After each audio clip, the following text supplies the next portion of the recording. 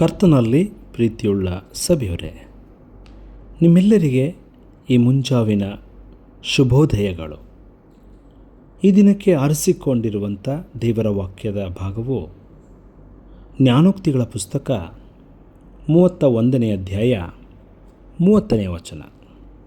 The book of Proverbs chapter 31 verse 30.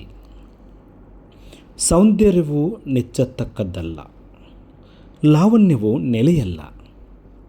ಯೆಹೋವನಲ್ಲಿ ಭಯಭಕ್ತಿಯುಳ್ಳವನೇ ಸ್ತೋತ್ರ ಪಾತ್ರಳು ಹಾಗೂ ಸ್ತೋತ್ರ ಪಾತ್ರನು. ಸೌಂದರ್ಯವು ನೆಚ್ಚತಕ್ಕದ್ದಲ್ಲ, ಲಾವಣ್ಯವು ನೆಲೆಯಲ್ಲ. ಯೆಹೋವನಲ್ಲಿ ಭಯಭಕ್ತಿಯುಳ್ಳವಳೇ ಸ್ತೋತ್ರ ಪಾತ್ರಳು ಅಥವಾ ಸ್ತೋತ್ರ ಪಾತ್ರಳು.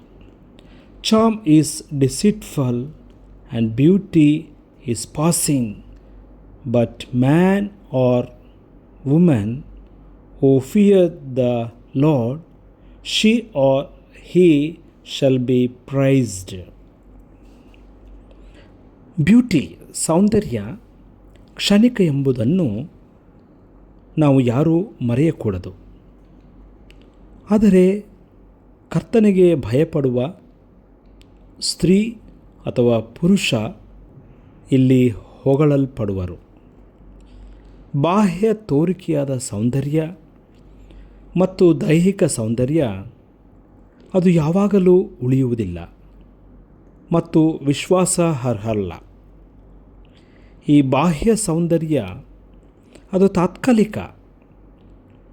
ಮಾನವ ಮುಪ್ಪಿಗೆ ಬರುತ್ತಿರುವಾಗ ಸೌಂದರ್ಯ, ಲಾವಣ್ಯ ಎಲ್ಲವೂ ಕೂಡ ಮಾಸಿ ಹೋಗುತ್ತದೆ ಎಂಬುವಂಥದ್ದು ಕಟು ಸತ್ಯವಾದ ಮಾತು.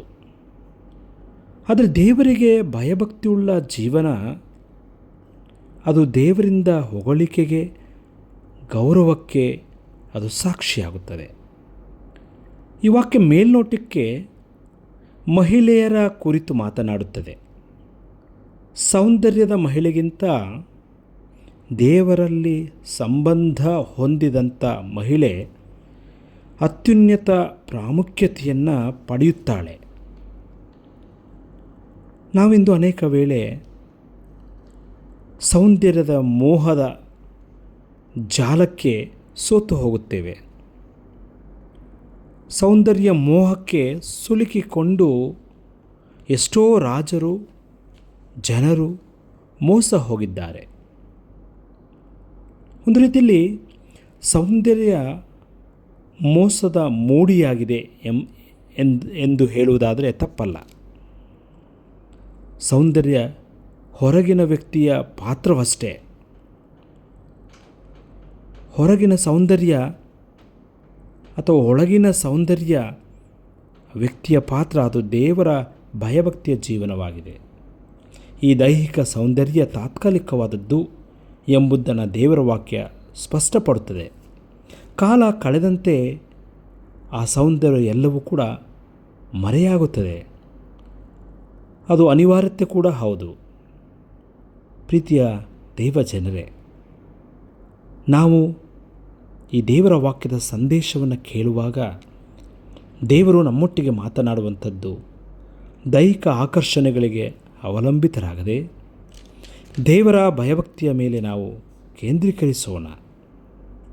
ಕರ್ತನಿಗೆ ಭಯಪಡುವಂಥ ಸ್ತ್ರೀ ಅಥವಾ ಕರ್ತನಿಗೆ ಭಯಪಡುವಂಥ ಪುರುಷ ಸ್ತೋತ್ರಪಾತ್ರನು ಅಥವಾ ಸ್ತೋತ್ರ ಪಾತ್ರಳು. ಆಂತರ್ಯದಲ್ಲಿ ದೇವರಿಗೆ ಭಯಪಡೋಣ. ದೇವರ ಮೇಲೆ ಭಯಭಕ್ತಿಯಿಂದ ಸ್ತ್ರೀ ಪುರುಷರು ಗುರುತಿಸಲ್ಪಡಲಿ. ಆಮೇನ್. ಪ್ರಾರ್ಥನೆ ಮಾಡೋಣ.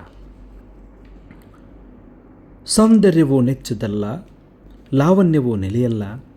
ಯೆಹೋವನಲ್ಲಿ ಭಯಭಕ್ತಿಯುಳ್ಳವಳೇ ಸ್ತೋತ್ರ ಪಾತ್ರನು, ಸ್ತೋತ್ರ ಪಾತ್ರಳು ಎಂಬುದಾಗಿ ನಿನ್ನ ವಾಕ್ಯ ನಮಗೆ ದೇವರೇ, ಹೊರಗಿನ ದೈಹಿಕ ಸೌಂದರ್ಯದ ಮೋಹಕ್ಕೆ ನಾವು ಸೋತು ಹೋಗದೆ, ಈ ಮೋಹದ ಜೀವನಕ್ಕೆ ಸಿಲುಕಿ ಹಾಕಿಕೊಳ್ಳದೆ ಎಚ್ಚರಿಕೆಯಿಂದ ಜೀವಿಸಲು ನಿನ್ನ ವಾಕ್ಯ ಕರೆಯುತ್ತದೆ. ದೇವ, ನಾವು ಈ ಹೊರಗಿನ ಸೌಂದರ್ಯಕ್ಕೆ ನಾವು ಸ್ಥಾನಮಾನ ನೀಡದೆ ಆಂತರ್ಯದ ಸೌಂದರ್ಯಗಳಾದಂಥ ನಿನ್ನ ಭಯ, ಭಕ್ತಿ, ಪ್ರೀತಿ, ಕರುಣೆಗಳನ್ನು ಅಳವಡಿಸಿಕೊಂಡು ಬಾಳಲು ಸಹಾಯ ಮಾಡು. ಈ ದಿನವೆಲ್ಲ ನಮ್ಮ ಜೊತೆಗಿದ್ದು ನಮ್ಮನ್ನು ನಡೆಸು. ನೀನು ಮೆಚ್ಚುವಂಥ ಜೀವನಕ್ಕೆ ನಮ್ಮನ್ನು ಕೈ ಹಿಡಿದು ನಡೆಸು ಎಂಬುದಾಗಿ ಪ್ರಾರ್ಥಿಸ್ತೇವೆ. ಇದರಿಂದೆಲ್ಲ ಜವಾಬ್ದಾರಿಗಳಲ್ಲಿ ದೇವ ನಿನ್ನ ಕರುಣೆಯನ್ನು ಅನುಗ್ರಹಿಸು. ನಿನಗೆ ಸ್ತೋತ್ರ ಪಾತ್ರರಾಗಿ ಜೀವಿಸುವಂತೆ ಕೃಪೆ ಕೊಡು ಸ್ವಾಮಿ. ಯೇಸು ಸ್ವಾಮಿ ಸಲ್ಲಿ ಪ್ರಾರ್ಥಿಸ್ತೇವೆ ನಮ್ಮ ದೇವರೇ. ಆಮೇನ್.